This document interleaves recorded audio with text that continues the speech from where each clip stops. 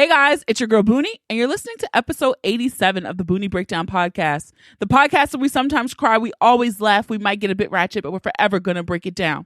Your source for all things responsible and ratchet.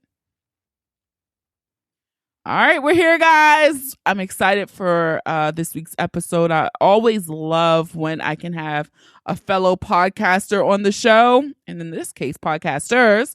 Today's guests are Ashley and Marcy of Schoolin Life, and Schoolin Life is a lifestyle brand that includes a weekly podcast about life, love, over occasional libations, and you know, we all love a good libation, spirited or non-spirited. You know, we chat about deal breakers and relationships and dating, talking about bad hygiene. What are our expectations? What do we require? And yes, we talk about small penises because that's what we do on the Boonie Breakdown. It's a good, funny conversation, and I hope you stick around because I was really excited to have them on. You know, it's always great to have the people that you look at in your field and what you're doing who are like, damn, that's goals. But even more important for me are the people who are on that same level as you. I feel like the Ashley and Marcy over at Schoolin Life, they've built an incredible brand. I love their branding. When you look at their stuff, you know it's them. And so it's great to have counterparts who you see trying to do the same thing, and they're always super supportive of me, and so it was just a no-brainer to have them on. So while you're listening to me ramble about their greatness, go ahead and in the purple app on Spotify, wherever, click follow, click subscribe. That is how you help us small podcasters grow, get reach, tell a friend, okay? Let's hop on over into Boonie's pick of the week. This week, my pick of the week is all of you guys, my amazing listeners. I did not plan this when I launched the podcast, but February 20th, 2019, the Boonie Breakdown turns 2 years old. And I also would like to point out that on February 20th, 2019, Queen Rihanna, the love of my life, turns 31. No, I did not pick Rihanna's birthday as my launch date on purpose, but I realized it last year when I was celebrating the anniversary that holy fuck, it just so happened to be that way. So because we're turning 2, and I could not have gotten to this point without you guys listening, without you guys sharing, without you guys DMing and commenting and sending emails and buying tickets to live show and getting merchandise and just being super supportive of everything I'm doing and trying to build. And I just wanted to say a big thank you. A kiss to you. If I could hug you all, I would as well. And to show my appreciation, every day this week, so Monday, February 18th, Tuesday, February 19th, Wednesday, February 20th, Thursday, February 21st, Friday, February 22nd, 2019, I will be having a giveaway on some form of social media. So I'm going to go ahead and do the social media plug now. You can follow us on Instagram, The Boonie Breakdown. You can follow us on Facebook, The Boonie Breakdown. On Twitter, just Boonie Breakdown. If you follow across all of those social media platforms, fuck it, even Pinterest. Something might pop up on Pinterest, all right? But I will be giving away either some Boonie Breakdown merch. You'll get some t-shirts, sweatshirts. I also have some great sponsors, the Clone Willy folks. I'll be giving away a Clone Willy kit. The amazing partners over at the Magic Wand, they're giving me a Magic Wand, the brand new one. It has 4 different speeds, a tiltable, adjustable head. Shit is bomb, okay? Because y'all know I love me a Magic Wand. So these are the things that I'll be giving away all this week. I'll also be giving away one of my ratchet boxes of love, okay? So head on over, follow us on all these social media, because you never know what you can win and when you'll win it. So every day this week, it is my thank you to you for helping me turn 2, and I appreciate it, okay? Let's hop into housekeeping. Feedback from episode 86. You guys were... That was my episode with Brian. Yes, the eloquently ratchet Brian. And we gave out some ratchet love and life advice, and someone... The primary feedback, because I don't even know why y'all really like Brian the way y'all do. I had 2 bunches of feedback. Some were like, oh my God, I actually agree with Brian for a good portion of the whole show. which is a first for many of you. Okay, so I don't know what happened, what stars were aligned, what he has morphed into for 2019, but y'all were feeling it. And then the second batch of feedback was people wanted to know, was I really going to do a mold of Brian's dick to raffle away? I do have another clone of Willie kit. He said he was serious. So stand by. Maybe that'll be one of the giveaways this week. I'll have to see how fast I can get him to imprint his dick. But that might be one of the giveaways this week because he said he was serious. So look, y'all can hold him to it. I will try my hardest to hold him to it as well. Also, many of you, the beginning of the year, the end of last year, I put up a post about a savings club.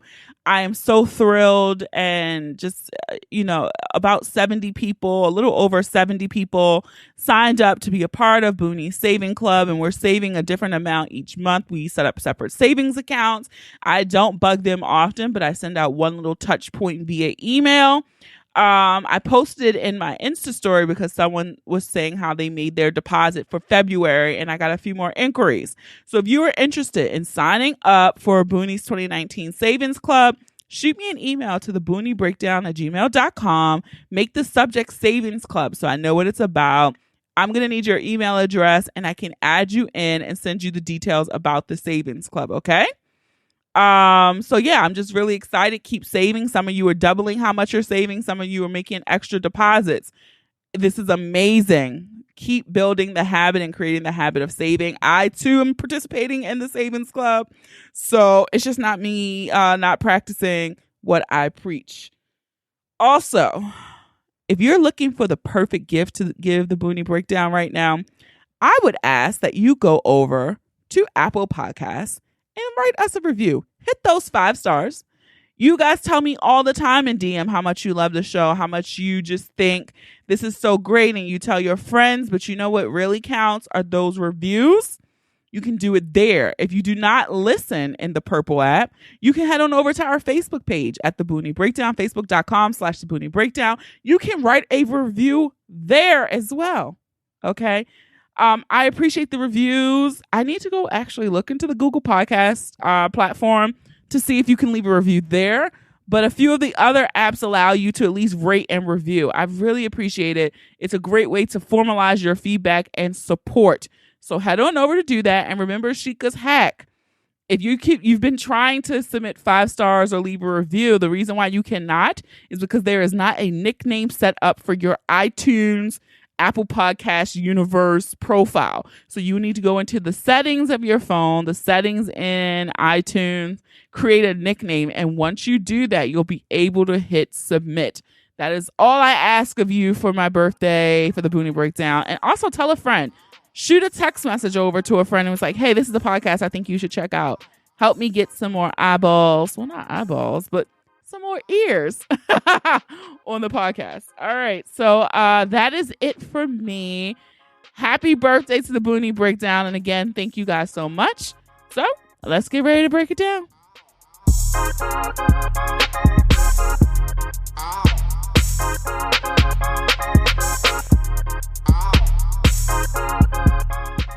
Hey guys, it's your girl Boonie, and I'm really excited about my guests for this episode.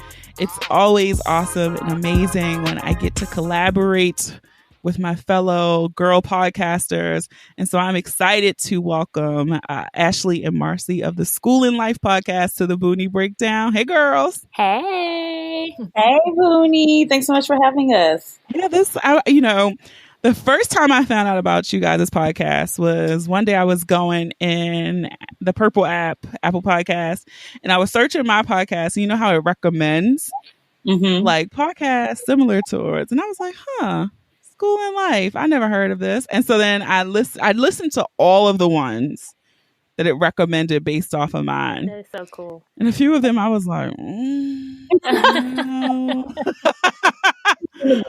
But immediately I was like, you know what? I could rock with this one. And so I think then we started following each other on Instagram, and there we go. The rest is history. Yeah, I really do love the work. I love the branding. Even down to when y'all have guests, the substitute teacher, I'd be like, they thought that through. Thank you. that school theme real hard. Sometimes it is more work than it's worth. We be like, so we gonna do Blackboard to digital study plans. we be doing a lot with that, but we do try to be true to the branding. So thank you for recognizing. No, I recognize all of the hard work that goes into doing a podcast, especially when you do a podcast independent. And so, yeah, kudos, y'all really do it, because even y'all do like extra credit, and I'd be like, damn, they do blog posts and newsletters. Like, I ain't got there yet on the consistent basis, but yeah. But I think that growth really grew out of like our listeners. Like they were asking for more. Like, they wanted different ways to engage with the podcast. And what's true is that like not everyone's like a podcast fan. Some people got That's like true. issues, like they can't listen to nothing for long. So like the blog just gave us a different avenue to like connect with our listeners. Plus we're both educators, so it just makes sense that we would be like writing something and giving our listeners homework and stuff like that is just in theme, but we try to really be responsive to our listeners. Like we try to like respond to what they're asking for, and I think that that's worked for us. Got it. And so I know it's Schoolin Life podcast. It's life, love, and libations. So can you give people, Marcy, maybe a little brief synopsis of your podcast for people who aren't familiar with it, and this is their first introduction? Absolutely. So basically, our podcast is just bringing our girlfriend conversations to a larger audience. We, Ashley and I, both love to talk. We love to talk to our girlfriends, and we just felt like we need to do this bigger. We need to do this for everybody, because there are people who don't necessarily get to have those girlfriend conversations. So just like the tagline says, we talk about anything related to life, anything related to love, and we will occasionally have some libations. I'm actually having a little libation this evening as we're recording. Come on, just libation. gotta relax from the day. So we just want to invite our girlfriends in and have this conversation and just talk about the things that are most relatable to us and build that community and build that connection with Black women. Awesome. And you both said you were educators. Do you both have PhDs? Yes. Educated. And I'm going to go ahead and get this shout out done out of the way. They are my sister Greeks. Yes. I don't allow people to do that often here on the Boonie Breakdown. Shout out to Alpha Kappa Alpha. Hey. I'll let them get their little shine. I know my sister right now is listening and smiling. So, oh, hey sis. Yeah. But I want to hop right into it because we have a finite amount of time. But I was listening to your episode, and so by the time this comes out, it was a couple weeks ago in December, and it was about deal breakers. And I was like, y'all had me thinking about things, and especially like your follow-up conversation on Twitter. And I think I retweeted you guys. I was like, I had never even thought about this. And one of the things was, would you date someone or live with someone who's never lived on their own? Yeah, that was a really popular one. People had lots of feelings and thoughts about that. Of feelings. I mean, people was talking about their cultural heritage and how we disrespected their cultural heritage by not like recognizing that like some cultures and families, like the whole family lives together for like their entire lives. And we always want to be really responsible, right? About our content. So, we love getting that kind of feedback, but for me, like it is almost a deal breaker. Like it's something I'm so serious about just because I really believe in the principles of adulting, like if you will. Like just that like foundational piece that like you need to have had an opportunity to live alone, to be alone, to sit alone with yourself, to be balls out on your couch. And if you ain't never did that, like, I just don't want you to move from your mama house to mine. Fair enough. Had some lived experience. And, it's so funny because I was scrolling on Facebook today and somebody said something like, they said, Michelle left her apartment to go lay on Barack's mattress and his mattress was on the floor. #perspective. And are you trying to like read people here? What perspective does this give? Like Michelle's a fool. Okay. All right. You're not going to talk about Mama Michelle. Actually, that's where I draw the line. But she legit. But she came on the Boonie Breakdown and just called Michelle Obama a fool. Actually, you're trying to get us assassinated. What is going? Stop. Well, all I'm saying is that's a big risk. Big risk. It And, is a big risk because I think what you're trying to say too is like not all these schools hear Barack Obama, right? yeah. And so Michelle did take a big gamble because at the time he was broke, a community activist. She did not know that this was going to parlay into what it became. So she did take a I risk. agree, but I think the part that I disagree with, and it's more so because like I've lived this, is that people can develop independence and they can develop those skills without necessarily living by themselves. So I don't necessarily think that everybody who maybe lived with their parents for a certain amount of time or hasn't lived on their own before moving in with you, that automatically means that they don't have the capacity to be an adult. Sometimes people are living with their parents, and aside from the cultural piece, maybe someone's parent is sick, or maybe someone is on the last leg of their life, and so they're living with their parents to help take care of them. Like, there are lots of other factors that play a role in it, and I think that the more important part is how grown up are you? If you're a child, if literally, not figuratively, if you're like 30 but you're still a child living with your parents, then that's a different story. But if you're able and capable of taking care of yourself but you're still living at home or you're still living with someone, I don't think it's as big a deal as we make it out to be. I think that's fair enough because I think too, like, I have lived on my own, but it was a period of time where technically my mom was living with me, right? And so it was due to her situation, you know, things that happened. Her fiance had passed, and so she had to move in with me. It was an abrupt lifestyle change, but that I did think about my own situation in having to care for a parent. I would extend that same empathy and sympathy to someone in that same situation. But someone who's just being a slacker, just living on mama couch because they don't want to do better. Yeah, that's a no for me, dog. That's different. Yeah. But I thought that was such a good one. And it had me thinking about like other non-negotiables and deal breakers. Especially, I know, Marcy, you're married. I'm dating. Ashley, what you doing? Out here. Yeah. You cuffed for cuffing season? No, I didn't make the deadline, unfortunately. Yep. Just, I would consider myself a free agent. Okay. I'm not confident that I will get a contract this year. But I am doing a lot on social to act up. My whole season of 2012, I believe, I was a free agent and it was fun. So that was a fun time.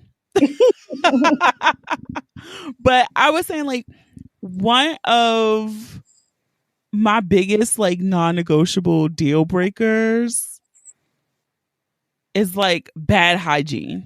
Well, yes, that absolutely should be one of your biggest non-negotiables. But I'm like really shocked at like you see all of these absurd things that like float on Twitter or Instagram about, like, case in point, that picture that was going around with the guy who served the spaghetti in the bucket. See, no, I saw that and I was y'all know how I am about cloth napkins. Imagine going to someone's home and they're serving me spaghetti out of the sherbet bucket. Imagine.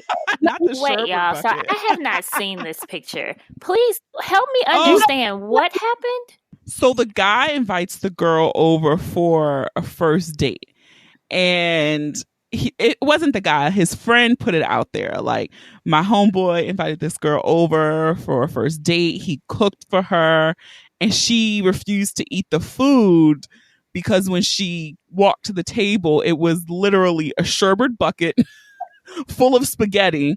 And it was fried chicken wings on like the ad paper that you get, the spam mail in your mailbox. That's what he had the chicken laid on. And it was like a plate of rolls, maybe. I don't know what that was, but Hawaiian rolls straight. No, that's not real. But the chicken was literally laying on like newspaper. So what I will say is the chicken did look fire. Like, it looked like no paper towels in the house.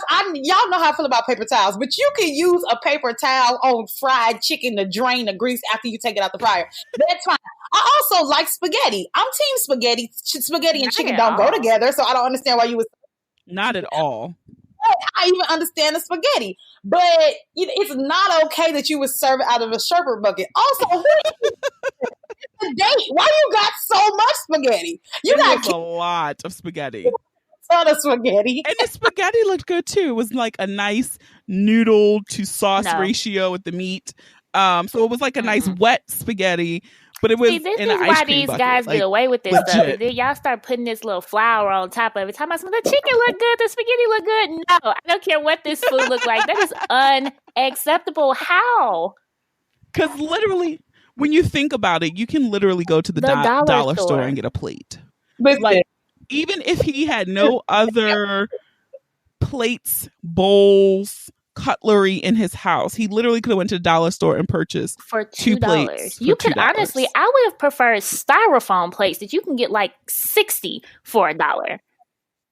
Like, what did they eat with? Did they have utensils? I am so confused. You know what? Now that I saw the picture, I don't recall seeing that. It was just like That's this not spread okay. of food. I just don't understand why you going to somebody's house on a first date to eat at their house either. Like, that was also problematic. Okay, let's talk about that. You wouldn't go to someone's house on a first date? I mean, okay, so if I'm gonna go to somebody's house after, like, short after meeting them, it's not for a date. Okay. Like, it's not. We're not dating on a first date means that you're taking me out. Like, and I'm not like, you know, it can even be the cliche dinner in a movie, but I'm not going to your house. Like, what? For what? Like, I don't need to know where you live. I don't need to be in your space like that. Like, we need to be out in public. Quick, especially if it's somebody that you just met. If it's someone that maybe you've known, if you all have been friends for a while, you already have some kind of established relationship, then maybe going over possibly. But if it's somebody you just swipe, is it right or left on Tinder? Which way do you swipe? Right? Okay, whichever way you swipe to match. If y'all just swiped and matched, you're not needing to go to nobody's house. You need to go out and be in public with someone first. No, I would agree with that. Like, I feel like, you know, if you're going to someone's house, then you know what the deal is. Especially on a first date, as I do air quotes. But yeah, that's just I will agree, Marcy. That's just unacceptable to even think that is acceptable way to serve someone food. How? Whether it was a date or your cousin, like, you put that shit on newspaper. Like, I can't get over it. That's not even appropriate for family members. Like, if I am your family or your friend, I still don't want to be eating out of a sherbet bowl and the ad paper when I come to your house. Not okay. So we know what to get them for Christmas this year. I do. And I think too, like, it goes to that same point where you're saying, like, how we make concessions. Like, we were sitting here like, oh, the chicken did look good. And I feel like if this is the standard in which guys are presenting that is suitable for a first date, like, what the fuck? Like, now I understand why people have all of these horror dating stories, because I don't even think I would allow myself to get to know someone, because you would know the type of raggedy ass person you're dealing with if you got to know them before you went on a first, like, a date, really, right? Which is why I don't think you should do dinners as your first date. I think you should do lunch, a little coffee situation, so it's not the pressure. I've kind of stopped doing that in my dating, like doing like a nighttime date as the first date. I like that concept. Yeah. Sorry, go ahead, Marcy. I'm just curious, what's the difference between lunch and dinner? So I just feel like it's just a little, like, it takes the pressure off for some way, because it's like, it's lunch. So I feel like also it's a little cheaper. If you don't like the guy, then you can just be like, look, let me go Dutch, because that's fair. Yeah. And you're not out of pocket a lot of money, right? I don't want to send any mixed signals that this was a romantic situation. Like, this was fun. It was nice to meet you. Yeah, I agree. I think that what's great about, like, lunch dates or like coffee or like let's meet up for drinks is that, you know, for men, all the complaining they do about, like, you know, women using them for meals and, you know, like, oh, it's so expensive to date women, you know, like, that's a great threshold. Like, if you broke or you don't got it, you know, meeting up at a wine bar and buying me 2 glasses of wine at most is going to cost you $20. I mean, I'm ordering $9 glasses, you know what I'm saying? Yeah. So, you know, so you got that at least, right? And so that's the kind of thing that is a lower threshold. I'm a big fan of brunch dates. Like, good, Saturday at 11, Sunday at 1, a good brunch date, it can be boozy or not, but it allows for like a lower threshold. If this don't work out, I'm out of here by 1:30 and I have the rest of the day ahead of me. You know what I'm saying? Facts. This is wonderful. And so I really I'm fine with that. And I think that a lot of the comments under that picture and that whole like conversation was all around like, oh, it was a lot of women commenting. They were like, oh, at least he did something. Y'all women can't appreciate nothing. Da da da da da. And I'm like, okay, so these women don't count like in our race for equality. What's true is that I think that women are expected to like have the like no expectations of men. We're expected to just like, be out here like going with the flow. And what's true is that if that's all you want, that's okay. Like you can make that determination for yourself, but don't be mad at me that I have high expectations. Well, based on what we're saying, the expectations aren't even necessarily high. They're like just normal. Like if your bar is that you can serve me dinner in a sherbet bowl and add newspaper, there is not a high standards. Can I just have a normal standard that you have a paper plate when we're eating dinner at your house? Yeah, I do feel like it's going to take all of the women who are in the dating pool to like stand back up and raise the standards that are out there that men can meet in this dating scene. Because I do feel like some women have reached the level of desperation and sadness and fear that they're going to be alone forever, that they're just accepting anything. And I had to tell someone I know personally, like, ma'am, no, that was not good enough. like you deserve a little bit more, or in that case, a whole lot more. And so I just feel like once they find one woman who accepts that bullshit, then it's like everyone else's standards are too high because this one woman accepted chicken on newspaper. That blows my mind. That there would ever be anyone that would accept that. I'm sorry. I'm stuck on it. I cannot believe it. Like, I don't understand how we've fallen so far away from just like human decency. So we started off this conversation talking about hygiene, and I always thought you were talking about somebody that don't brush their teeth or something like that. But seriously, that was the first thing that came to my mind. That's just like out of my face. Girl, listen, talk. Exactly. But even to think that you would invite someone into your home, so we're talking about like living alone and being able to be an adult. The idea that you would bring someone into your home that you're trying, hopefully, to impress and want to date and make a life with, that you would have the audacity to not even be considerate enough to try to impress her. Like, you didn't even do anything to go above and beyond to say, hey, this is your first impression of me. And so I think that it's unfortunate that we don't care anymore. Like, the fact that he did not care enough to say, I'm going to go to the dollar store. I know I'm on the struggle bus, but I'm going to go grab a plate from the dollar store. That just shows how considerate this person even is. It blows my mind that people would even be able to do that.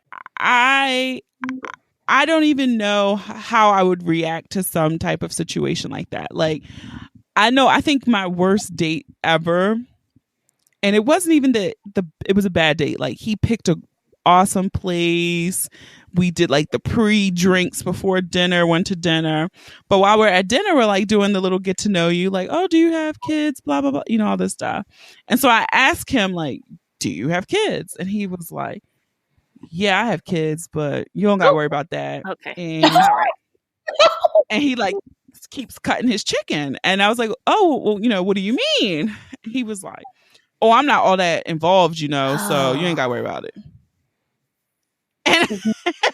And again, I was just like, who says that, let alone who does that? And as someone who grew up without her father in her life, I'm looking at you like you're sitting here bragging about this. Like, oh, girl, I'm still eligible because you don't got to worry about them damn kids. Yeah, like, why would you bring that up on a first date? Like, even if that's the truth, like, how is it not conscious to you that's something that you should be hiding? Like, how is it not conscious to you that that's not okay? Like, he's trying to warn you, like, oh, girl, you don't got to worry about it. I'm a deadbeat. Like, that's literally what he said. It was hilarious. I mean, like, it was just so laughable. Like, that's the kind of person you are? Man. Sheesh. And I guess I'm also moving in a space too where it's like, I don't know how many more get to know you phases I have left in me. Because Yeah, I've seen a lot of women say that. It's tiring. Like, oh, we do this dance and I know this and I learn your favorite color and I do this and then I gotta do that again and again. And it's a lot. I don't know. That's my favorite part of dating. Really? It's my favorite part of dating. Like, I feel like I'm hella interesting, and I feel like I'd like to date guys who are interesting. So like, that's the fun part when I get to like know your fears and your interests and, how you sort of came to be who you are. Like, I'm fascinated by people. So that's the best part. It's when, it gets down the road and now you coming home complaining about your job, the same job you've been working for the last 6 years that you refuse to quit or boss up on, that I'm like, oh, this is boring. I don't want to do this anymore. Like, I think that's the part that's like, how many more times do I have to like hear a man complain about something that is well within his control? I like the part where it's like, yeah, so yeah, I'm fun. I'm interested. I have hobbies. Like, that's the best part. You don't like that, like the mundane once we in the thick of it shit. Okay. No, but that's why I'm single, Boonie. That's why I'm single, because I feel like I have great compassion for people. I feel like I'm like, really into people. Like, I'm a fan of the human race or whatever, but I'm an incredibly like actionable person. Like, I take charge, like I want to do something, I do it. And I think I was reflecting on this earlier today, that I think, how people say like being in a relationship is hard work. It's not that I don't want to do the work, but I feel like if it's work, then we got to get it done. Like, let's go. And I feel like I guess there's something about relationships where you can't always rush it along. Like, you can't, like, it is work. Like, some of the work is like patience and long suffering and like sitting, and those aren't my strengths. Okay, Marcy, you're married. So like, how do you balance that? Yeah. I guess is what I'm gonna get at. Like, because it is two people who are deciding we're gonna do this together. And so how do you, when you're ready to, go 0 to 60, but your husband is like, girl, I'm revving up. So I think that the balance just comes in finding a groove and a rhythm. One of the things that I really hate the sentiment that relationships are hard work, because I wouldn't necessarily say that they're hard work, but you are constantly working. It's kind of like getting up and going to work every day. Like, if you want to get a check, you're going to go to work and you're going to do the things that you need to do. And that's exactly what a relationship is. My relationship is a lot more fulfilling than going to work, but it's essentially the same concept that you put in what you want to get out of it. And the thing about like the rushing or not having the patience to wait in relationships is that there really isn't an outcome necessarily. Like, you're not necessarily running a race trying to get to the end. You're not going across a finish line. It's something that's happening every single day, and every day is new, and you have to try something new and you have to do something new. But there are days where we just like, man, we sit on the couch today. We're not doing anything. Like, I want to go nowhere. I don't want to talk to anybody. We just sit and we chill out. And those days are necessary to balance the busyness and the hecticness of our social lives and our schedule, and just trying to fit everything in, because everybody gets the same number of hours in a day. It just depends on how you use them. And when you're in a relationship, you have to spend time with your partner, and you also have to make sure you have time for yourself. So I guess the balance is just in knowing that there is a rhythm and that you have to find what it is for you. But every day is not going to be exciting. Every day is not going to be like rainbows and sunshines and new fireworks or anything like that. Some days it really is just like, we sitting down chilling. How was your day? How was my day? Let's drink this wine. Let's watch this movie. So it's just finding the joy and the contentment in that. Come on, pep talk. No. They're like, right before I started recording this, like, I have a note in my phone of questions that I'm like, oh, when because I always come with these great questions that I want to ask Boo, but I forget. Yes. So I have a note in my phone and it's like 30 questions. Yes, I love it. And so when the time is right, I'll be like, oh, wait a minute, let me pull out my note, and I'll ask. So. And what we do, something that's really fun. So we just celebrated our 4-year anniversary. Yes. Yeah, thank you.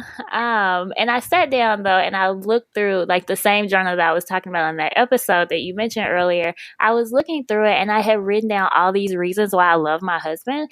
And one, like literally, first of all, let's talk about how this was like 3 months into our relationship. I don't know like why I was so head over heels, but it's fine, whatever. So I was sitting down looking through it though, and just like looking through some of the entries around that time, and we really did like ask questions of each other. Like we would go to restaurants from time to time and just like go back and forth asking questions of each other, just so that we could get to know each other. So I really do think that like that sitting down and having those dialogues and those conversations are such a major part of building a relationship. So I love that you have that, and I would definitely encourage you to ask those questions and keep asking them, and ask them years down the line, because the answers sometimes will change. Didn't think about keep asking them. I'm like, oh, I got the answer. Right. I got to do follow. See, look at y'all stay giving out homework.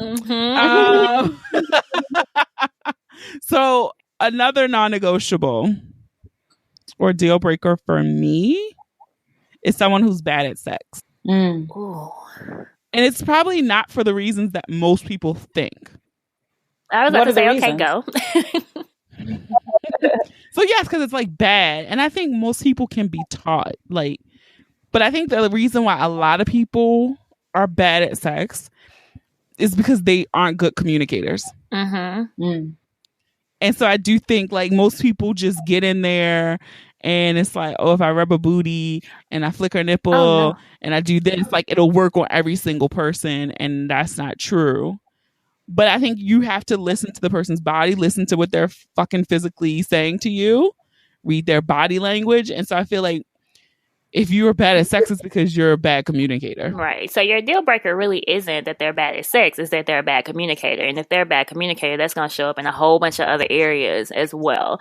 Come on, PhD. Just saying, no.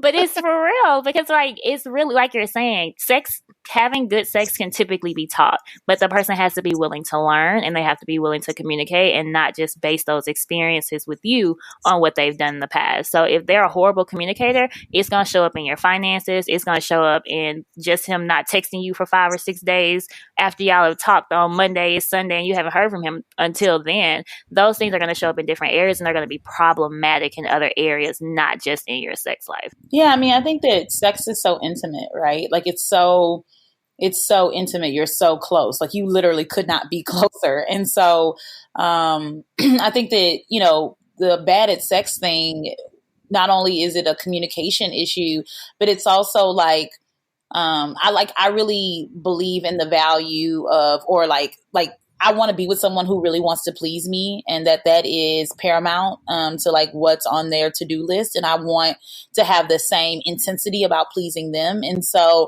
for me, like the bad at sex thing probably just means that you're selfish, right? It just means that you're not intent on pleasing me and helping me reach my pleasure principle. Shout out to Janet. So I just feel like, like I want to be with someone who is consumed by me. Consumed.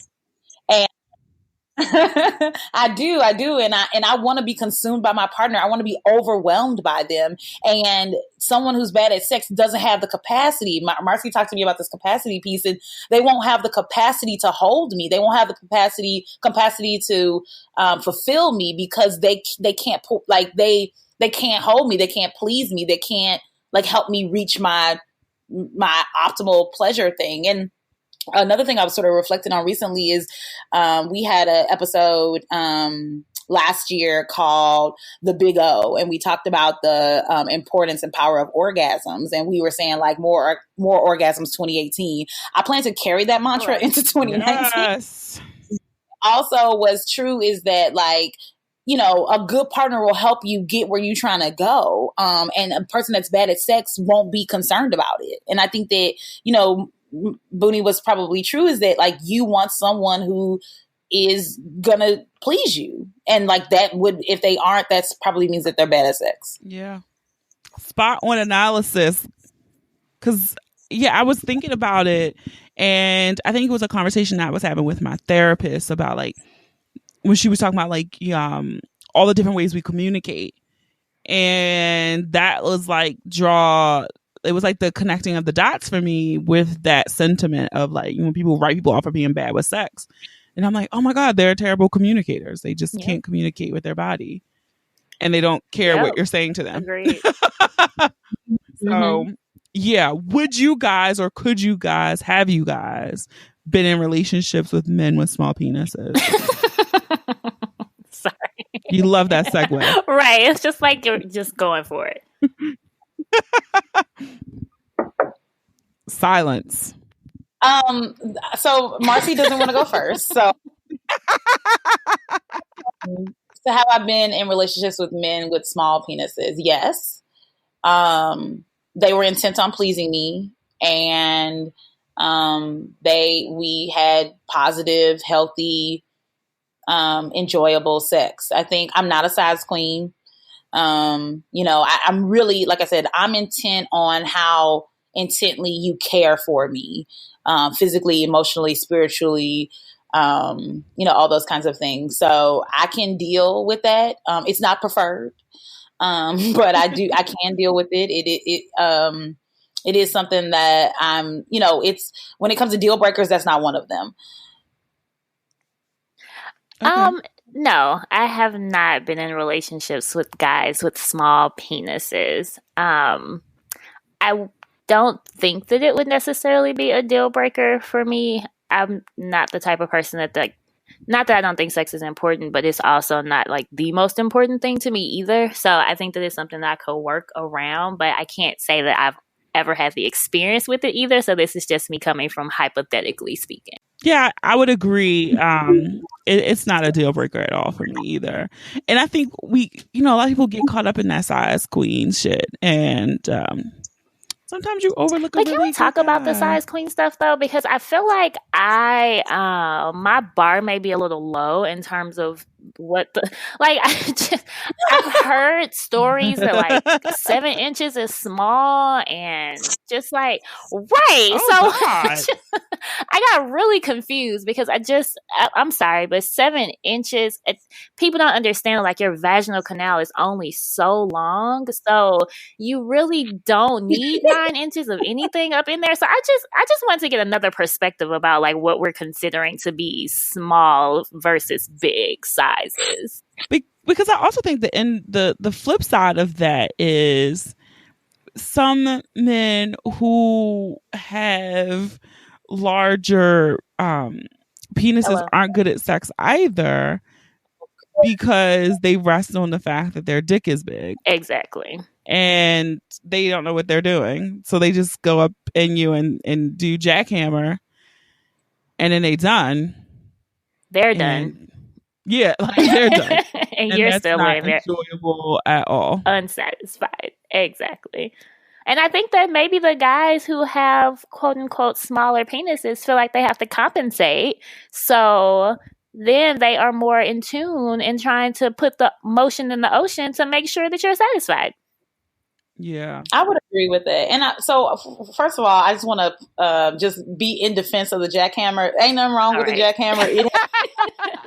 It's a time and a place. A time and a place. Have a time and a place. Gentlemen, if you're listening, do not let Boonie dissuade you from the jackhammer. Number two, in terms of, like, if we're measuring it out, like the whole, like, 7 inches is small, like, girl, good night. Like, you lying. I feel like 5.25 is, like, kind of like where I draw the line. Like, that's men. I currently don't have a maximum. I'm, not trying to tap out, but I don't have a maximum at this time. And, I agree with you, Marcy. I think that men with smaller penises definitely overcompensate. But, I've had some of my best orgasms from men who were trying to overcompensate because they're so intent on pleasing me, and they know they probably can't do it with their penis. They are working, okay? They working. You say, relationships take work. Right. They are working. They are okay? Like, what that mouth do? Hello. And I'm fine with that. I believe and, you know, working with your assets. You know what I'm saying? I have really small titties. I got a cute face. I play up the face. We all so, you know what I'm saying? Like everybody got, you know, they stuff. So you just work around it. But I think for me, 5.25 is kind of like where I draw the line. Why she say 0.25? Right. I know. Do you actually have like a measuring tape that you pull out? Like, let me 5.5. Too much. Well, you know what you can do now, because what was always my go-to, and I've said this before on the podcast, was a good Comcast remote. Yeah. Comcast remote. The good Comcast, but now Comcast done went and changed the remotes on us, right? I was about to say the gray ones, because are those the ones we talking about? Well, yeah, because I feel like that was a good me. Yeah. Yeah. Like I feel like it was a good measuring tool, because you could know, like, ooh, if it's all of it, ooh, my God, right? So now they've changed them to these little cute, dainty little black ones, and but the new shit is the Measure app on the iPhone. Yes. So if you really need to know you need to see if it's 5.25. Man, she said 0.25. I'm very specific. I'm a quantitative researcher. Listen, I'm very specific with mine. Thank you. See? That is hilarious. But that part about like the intent to please and that being their primary focus, get you a man that is intent on pleasing you, and I swear your sex life will be just off the charts all the time. Yeah, I think that's the key thing you said, like the intent of like, and I feel like, you know, we had a listener write in about, you know, the size of her man's penis or whatever, and she ultimately broke up with him, and I think the difference was he was being selfish in the sense that she was willing to, you know, that she didn't care about that shit, but she was like, he wasn't interested in doing other things or exploring other ways that they both can find pleasure. Yeah, I thought that was a valid reason for walking away. Again, so it ain't the size of his penis that she broke up with him for. It's his selfishness and his inability to think outside of himself to please her. Because honestly, I feel like most men who do have small members, they know. And so no one needs to reinforce it and tell it. Like, they already know. I would bet money that and probably someone in their life has told them. Well, I'm sure. And so I do feel like you said, like, most of them, they're going to find some other way to bring the pleasure. And if they don't, then move the fuck on. Like, I don't know why we sitting here like our listener did. You know, we told her, girl, if he's not willing to try this, then. But I think she. Now, would y'all ever do this? Because I would not have taken it this step further. And she said this in like the follow-up email. She said that she bought a penis extender. Girl, no. Wait, what? See, these newfangled gadgets. What is that? No, we are so intent on trying to help men. You and his mama. His mama should have bought him one of them. Like, give me my job to fix your flat. No, like, let him fix that himself. Like, that's, if you're not into him, if you can't work around it, and it's probably not the size of his penis, it's more it's more his, you know, connection to trying to please you and really focusing on you and, you know, helping you get where you're trying to go when it comes to orgasm or to being pleased. I feel like if I brought it up and he was interested, then I would, sure, I'll buy it as a gift. But if I'm not just going to show up with a penis extender and be like, put it on or I'm leaving. Like, but the bigger issue with that, though, is it don't matter how big his penis is if he still is selfish and is not going to do what he needs to please you. So he's just going to have a long, extended penis and you still ain't going to be satisfied. You still going to be mad and you wasted your money on something stupid. And what's true is that how often is it really the length? No, it's typically girth. You got a pistol in your back for what? No, not a Chris Brown. Oh no! Okay.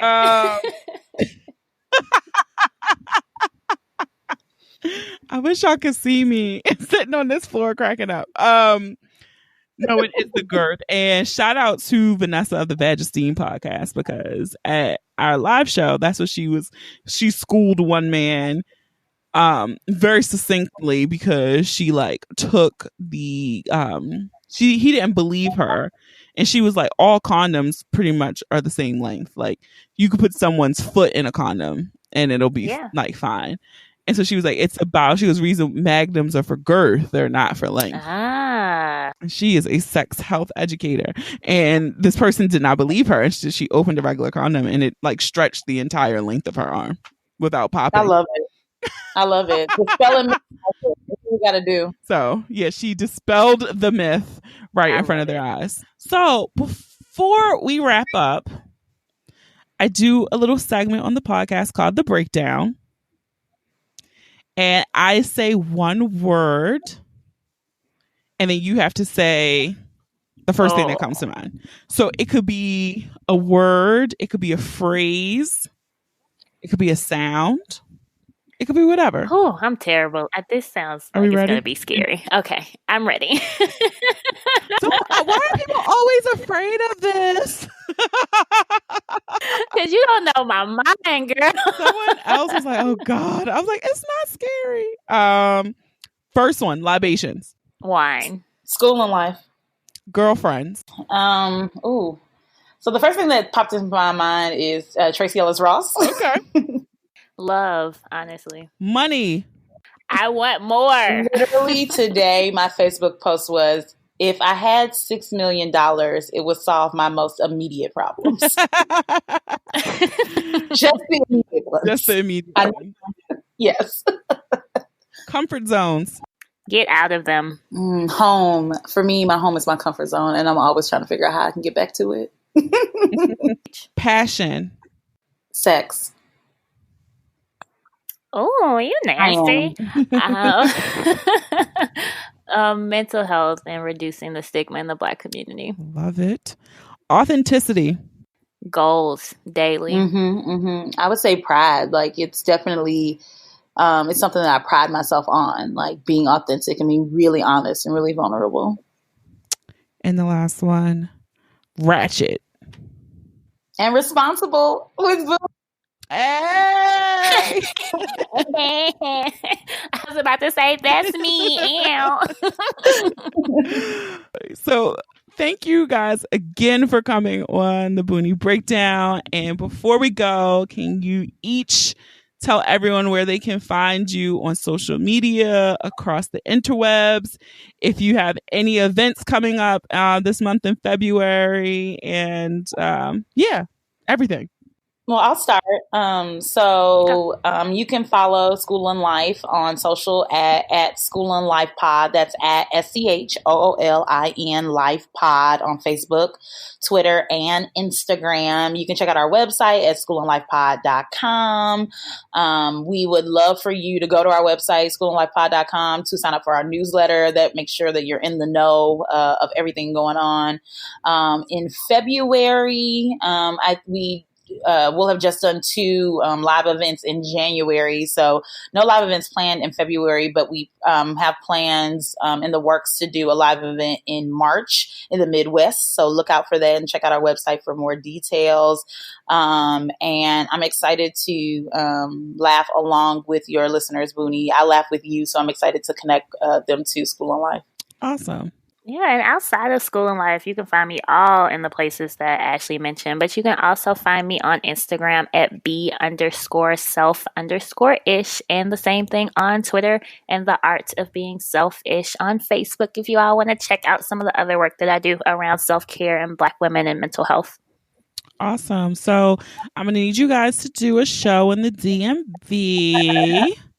Yes, we're working on it. I know that's my goal for this year as well, is to do some things outside of Baltimore. And so I think Philly is going to be first up. I love it. Well, I'm not far, so I'll be in attendance. Let me know if you want to do a collabo. I'm ready. I'm on your docket. I can't wait. Awesome. So again, thank you so much, ladies, for coming on. And for all the listeners, I will have links to all of the social media and the websites in the show notes and on the website over at theboonieBreakdown.com. So be sure to follow. Go into all your podcast app, whichever one's your favorite, and you follow Schoolin Life podcast as well. It's recommended. It's Boonie approved. So Thank you, Boonie. Thanks for having us. Yes, we're thrilled to collaborate with other podcasters who we think are smart, funny, and who we admire. And you're definitely one of those people. Y'all, she funny in real life. Thank you so much for having us. It was our pleasure. Okay, thanks again to Ashley and Marcy for coming on the podcast. Again, I'm telling you guys, Schoolin Life Pod is definitely Boonie approved. So please, please, please go follow them. Support the great work that they're doing. I promise you, you are going to love it. They really just go above and beyond in creating a platform for their listeners. And so, if you enjoyed this episode, I encourage you to also listen and subscribe to previous episodes of the podcast on Apple Podcasts, Spotify, SoundCloud, Stitcher, Google Podcasts, or any app that you listen to your favorite podcasts on. Please don't forget to leave a review too. Do it for our birthday. We're turning 2. You might just hear your review on the next episode. Follow us on social media. Share the episode with those you love, those you don't love, those you fucking hate. And don't make these pretty images and audiograms for nothing, okay? Have a dope ass week. Thank you for listening. Thank you for supporting us over the past 2 years. Keep supporting us. Keep sharing. And remember, the ratchet in me always honors the ratchet in you. Namaste. Until next time.